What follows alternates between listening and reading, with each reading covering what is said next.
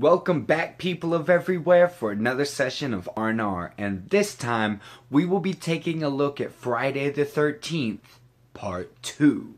Now before we get into it, I just want to say outright that I don't understand how this movie can even exist. Because if we are to take what was told to us in the first movie to be true, none of it makes any sense. It is told to us in this movie that Jason's body was never discovered in the lake, so it's possible that he did not drown, but instead lived his life in the woods, killing the animals he needed to eat or stealing the supplies he needed to survive.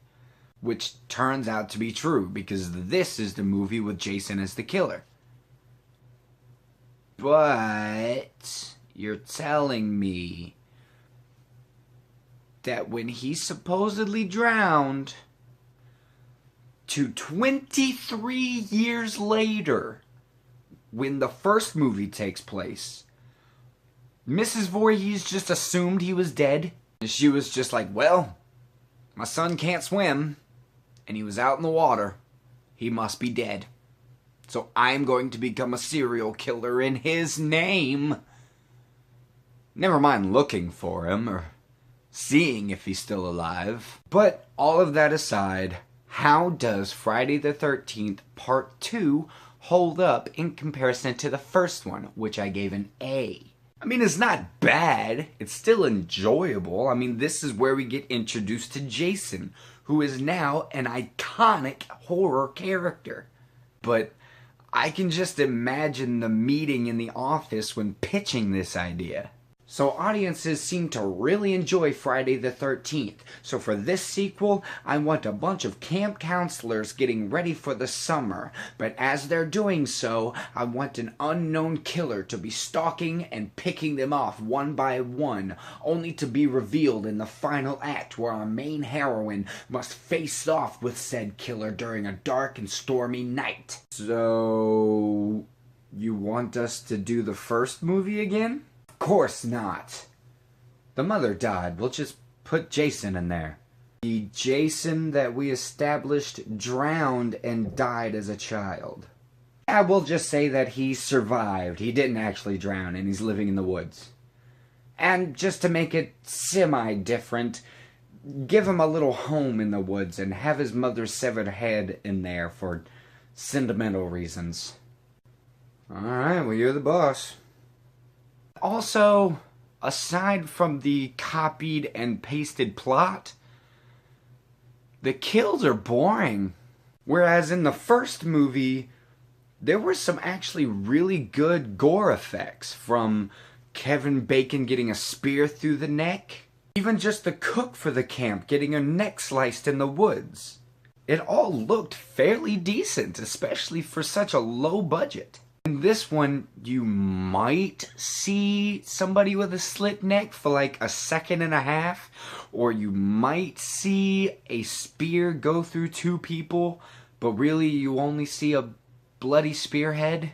It's said that a lot of stuff had to be cut out of this movie because they were trying to get it from an X rating back down to an R rating.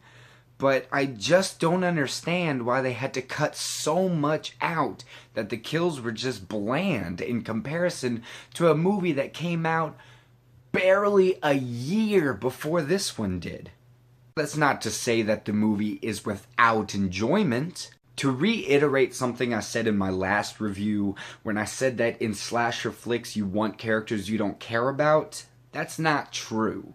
You want characters that are fleshed out just enough that their kills mean something, but you don't want every single character to be given a fully fleshed out backstory, because that would just be too much. There's like 15 characters in these movies.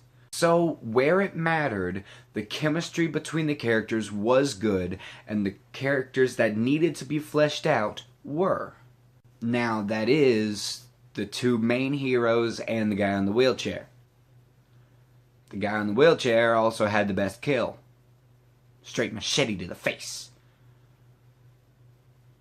If that were to be the best kill in a horror movie today, audiences would say that the director was prejudiced against the paralyzed.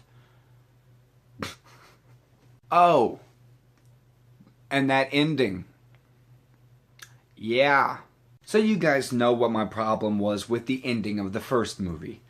This one is even worse. Because whereas the first movie, it's just a jump scare ending. This one has the jump scare with Jason popping through the window after you thought that he was killed.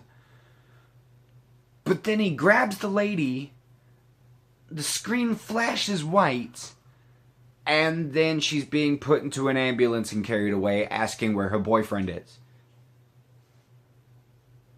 Well, where is he? Where's Jason?